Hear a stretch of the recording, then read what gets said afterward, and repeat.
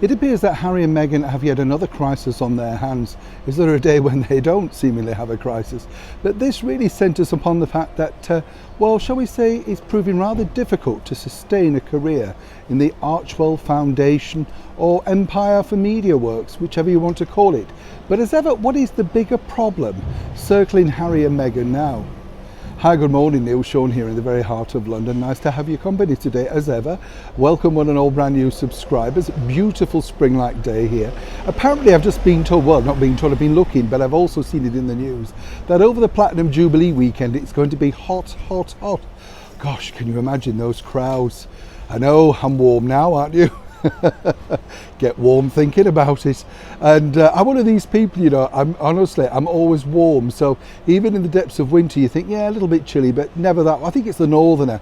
We're used to sort of cold weather up in the north, you know, so anything minus 37 is, well, you know, we might get a coat out at that point. Of course I'm jesting, but you know what I'm saying. Back as ever though to your breaking royal story of the day. What I like about this particular story is, you know, when you think back, when Harry and Meghan set up their media company, the Archwell Audio Empire, whatever you want to call it, I've forgotten now. It was a totally different world, you know. They'd got these mega deals on offer, everything was rosy, as they say in the garden, and people really did want to work with them because of their association with the British monarchy. They were trading on their royal titles. No other way to describe it. And then of course they announced the deals with Netflix, Pearl, Spotify, the book deal, and many other ideas that he'd been given jobs for, like, you know, Chief Impact Officer. Nobody quite knows what that means, but nonetheless it's well paid, and they have a royal on the board, so, you know, whichever way is good for that company.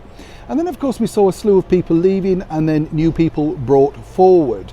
And recently we've just seen the fact that Harry and Meghan have lost more staff from their company. And of course they've got somebody else in their place now. Again, you know, it's an ever-changing turnstile. Now the sort of rumour mill building up over here is that it's Meghan and her difficulties. They're sort of trying to paint her out, if you like, as the mommy dearest of the digital world. Mommy Dearest, by the way, was the movie starring Faye Dunaway as Joan Crawford, as the monster Joan Crawford, in a book written by her daughter Christina.